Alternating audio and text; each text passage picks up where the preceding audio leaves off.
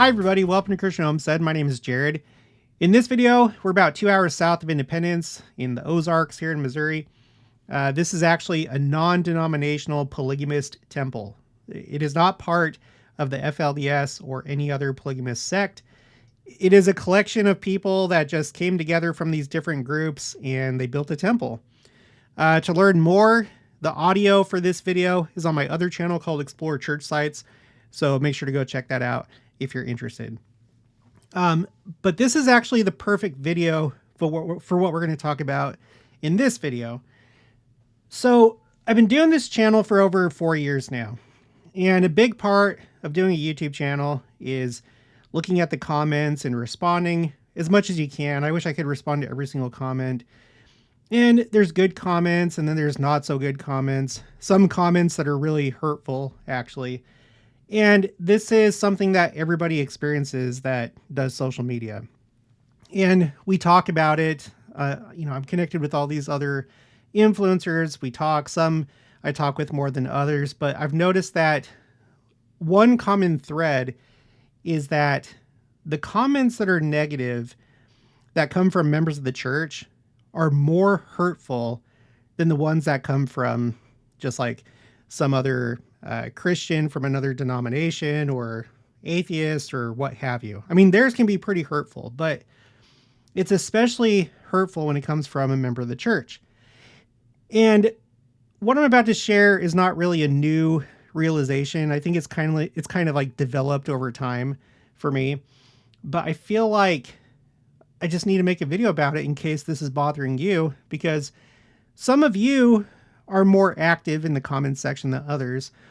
Before I started YouTube, I never really left comments. I wasn't really a comment section type of person, but I have friends that I know that they're like all about the comment section. And sometimes they don't even really watch the video. They just kind of see what's going on in the comments.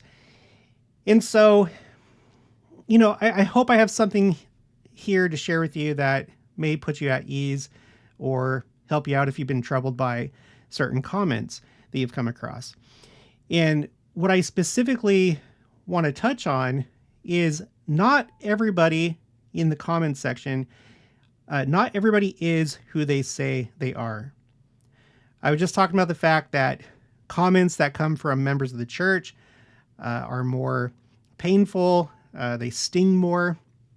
But the thing about it is, as I've realized over time, not everybody that says they're a member of the church actually is a member of the church.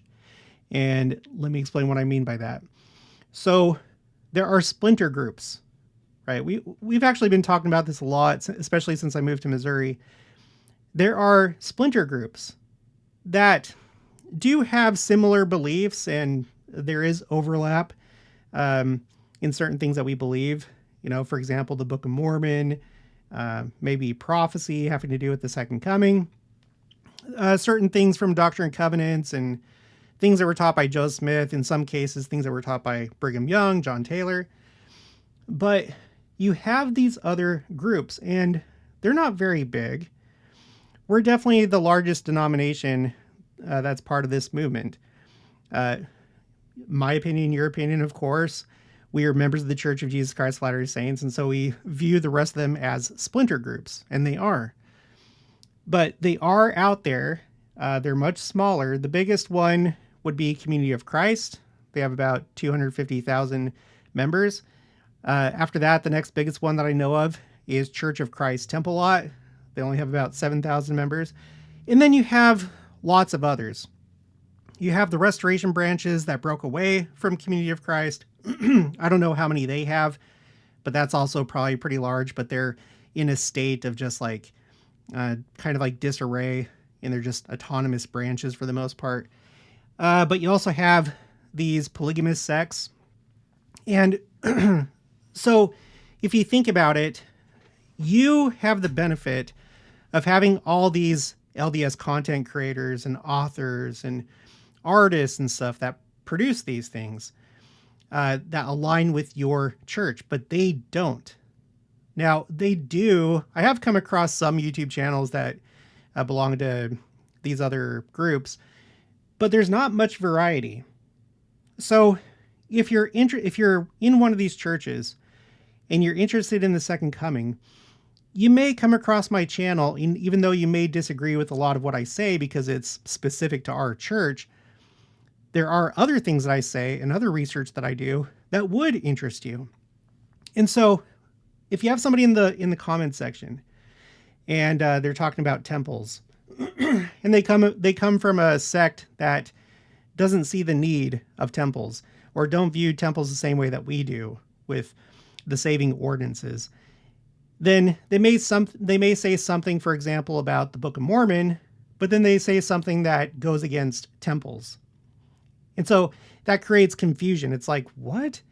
You're a member of the church, but you don't like temples. Well, guess what? That person may not be a member of the church. They may be from one of these splinter groups. One that's kind of concerned me is this specific phrase, the arm of flesh, when talking about prophets. Well, I've come to find out that a lot of these splinter groups do not believe in prophets the same way that we do, like living prophets. Some of them don't believe that there should be. So, for example, the Church of Christ Temple Lot, they believe that there's only supposed to be 12 apostles, but the first presidency was just a thing of the past. It was just for when Joseph Smith was here, but it's supposed to be just 12 apostles. And so with them specifically, they've, in their history, they really liked the writings of David Whitmer after he apostatized. And David Whitmer was against Joseph Smith. Like he felt like what he did was right in translating the Book of Mormon, and that at one time he was righteous, but basically he became like a fallen prophet. And he used this phrase from the scriptures, trusting in the arm of flesh, and applied that to prophets. And so if you don't know where these people come from in the comment section, you just assume that they're all members of the church, and you hear that kind of stuff, then it's really disheartening. I mean, it's disheartening anyway, even if you do know that they're not a member of the church. But just know that they are watching alongside of you and everybody else. And there's danger in that, because if you assume that they are members of our church and they're going against the temple, they're going against the prophet, or whatever, then it could potentially weaken your testimony if you start to listen to them. And you think that they're coming from a place of like, oh, well, this is a member of the church, but they see things a different way. And you don't realize, no, they're not a member of our church. So I remember one time I was watching Sister Wives. That's about this family that's part of a polygamous sect, the UAB. And I was surprised. That was my first time ever seeing anything about. I didn't even know that sect existed until the TV show. And I was surprised that when they had like their, well, I can't remember if they had family home evening, but when they had like church at home or when they had family activities, they would sing our hymns. They would use our materials. I seem to recall that one of their daughters in one episode was going to our seminary, like for, cause she's like a high schooler. And, I guess no one would have been the wiser that she was actually from a polygamous sect. But, each splinter group is going to have their different point of view when it comes to our church and how they view us. I think some believe that what's going to happen is our church is going to be corrected and then we're going to merge with, their sect, or that all of them are going to merge and everyone's been wrong and stuff like that. And so I believe some of them have an interest in our church and what we're doing. And that's just one more reason why they may be watching our videos.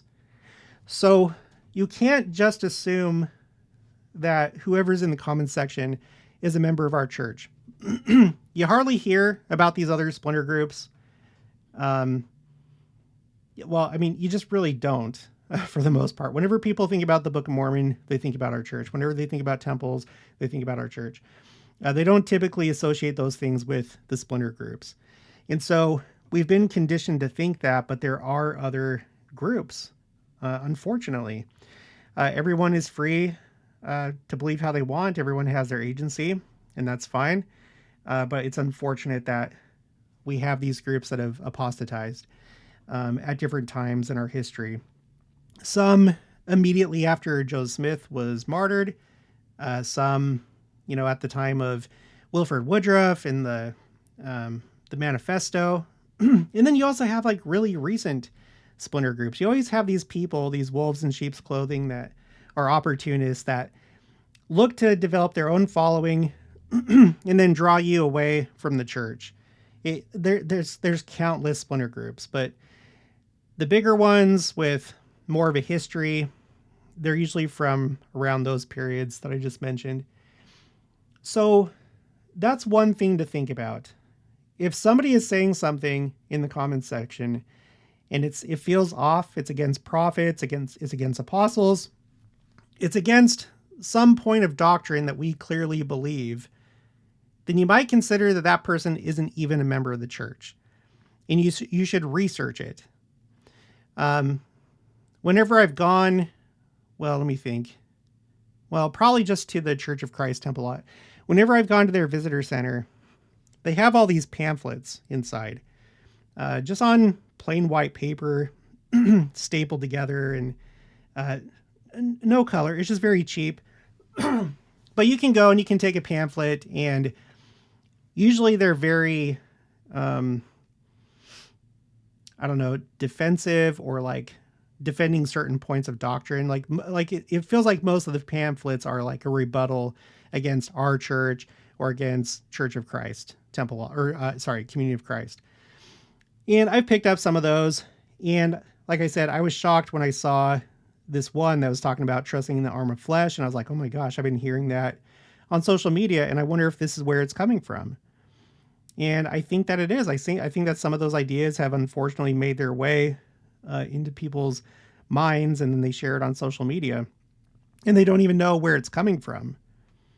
So we have to be on guard and realize the dangers that are out there. In this case, specifically with the comment section, but also sometimes like other channels that may unwittingly adopt these ideas, or maybe intentionally, I don't know. So another thing, so we just talked about splinter groups. You also have other groups that may pretend to be a member of the church because they have an ulterior motive. You may have other Christians that are completely outside the Restoration movement. It's like evangelicals that are really zealous in trying to convert us or trying to get us to step away from the church.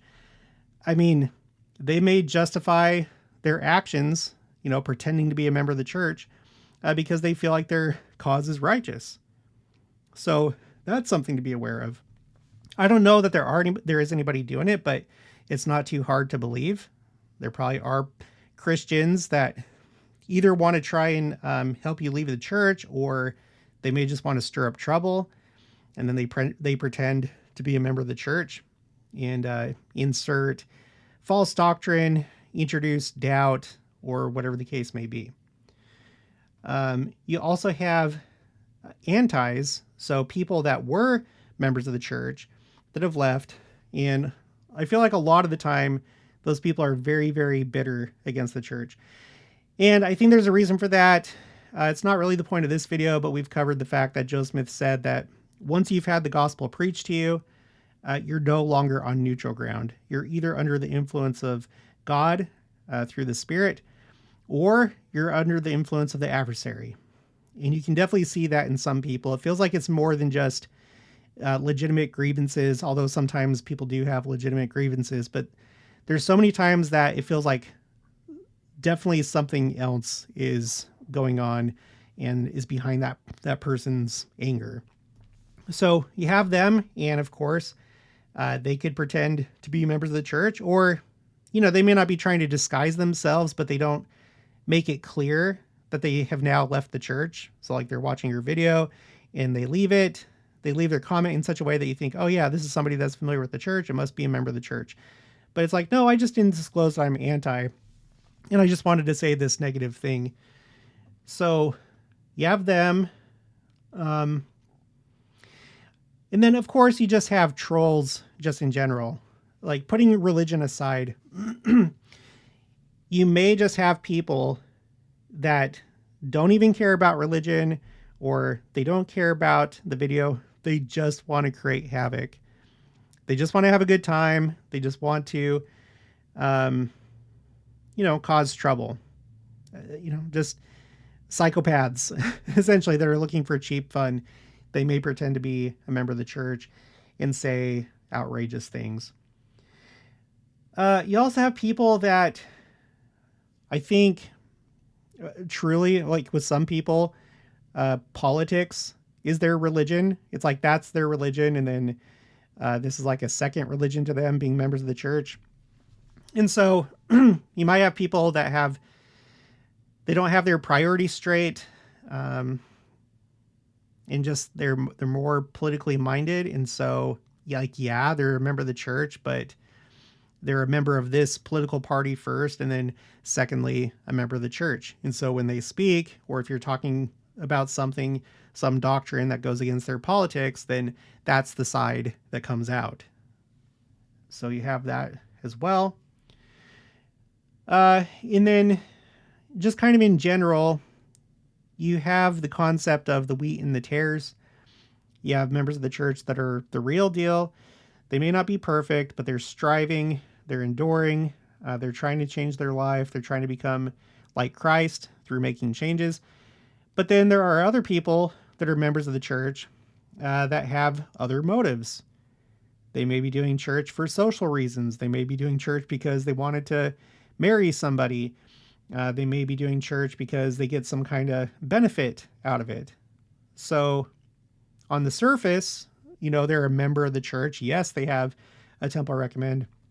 Yes, they've been sealed in the temple. But in their heart of hearts, they don't believe it, or they have just completely other beliefs. And yet they still speak as members of the church because technically they are. But just like the political people, they have other beliefs that they try and mix in and fuse into our beliefs. And then I think this is the last one here. I have my notes that I'm looking at. The last one is mental illness. We have to be conscious of that because there are people that deal with mental illness. So there have been times that I've seen people respond to something that I've said or something that somebody else said in their video, like another content creator, and they've responded like disproportionately in just like in a bizarre way, like a way that's rational, but just like more than what's needed. And I've thought about that, and you do have people that have mental illness. Like I think about, for example, autism. My son is autistic, and my brother is also autistic, and they're not always the best at communicating. It depends on the person because there's a whole spectrum of autism, and it's not just like one monolithic thing. But I know that there are some that are very passionate about certain beliefs. Like if you try and change something or you disturb their belief about something, then it really bothers them. And so they may not intentionally be mean to you, but their response is very stern, and they're like, no, that's not right. Da, da, da, da, da. And then they correct you on the facts or whatever. But they're not trying to be mean at all. It's just they don't really pick up on social cues and don't know how to communicate with tact. So you could always have stuff like that going on where it's like, wow, that was pretty mean. And it's like, no, they're just being really direct and clear, and they just unintentionally were not being we're not being tactful. And then you have other mental illness like psychosis, where the person is just basically out of their mind. A lot of times with psychosis, if you're taking your medication, that can help like a lot. But even so, you can still have these delusions. And then if you're not on your medication, then watch out. You're going to get all sorts of things thrown at you, like, being the content creator and the delusional person commenting. And I have no doubt I'm not trying to be rude, but I have no doubt that there's definitely mental illness in my audience, and not just mine, but all across YouTube. And that's fine. It's not anybody's fault. Sometimes I feel like it's easier to pick out than others. But that's the thing, is sometimes the person is mostly speaking rationally, but then it's hard to detect what exactly is going on. So everything sounds mostly right, but then there's like this 10% that's off, and the 10%, somehow goes against the church or against our beliefs. And it's like, okay, you're a member of the church, but you believe da da da da. Well, the person might be, suffering from mental illness. And so that's why you just have to like really keep your mind open, have a thick skin, and don't get too upset about what people say, because you have no idea who that person even is. That's the thing about the internet, whether it's social media or other places where all you have is just a username and a profile picture that you choose. You can be anybody, and nobody would know. There's most of the time just complete anonymity. So don't make assumptions about somebody that's completely anonymous. You don't know if they're a member of the church. You don't know if they're crazy. You don't know if it's some really bad actor. You don't know if it's just some crazy possibility that you never considered. This is a very strange world that we live in. There's a lot of different types of people. So we just need to be conscious of that. So that's basically all that I have for this one. Just be careful and don't get overly upset. I just say, if somebody says something, if you feel like you should respond, then do it, but do it in a tactful way, do it respectfully, be a peacemaker, and hopefully you're dealing with somebody rational. If they stick to their guns and they're not going to change, then just move on, And then if you see somebody say something that doesn't align with our beliefs, then just keep these other possibilities in mind. This may actually be what's going on, and then just move on with your life. Okay, well, that's going to be it for this one. I'll talk to you guys later.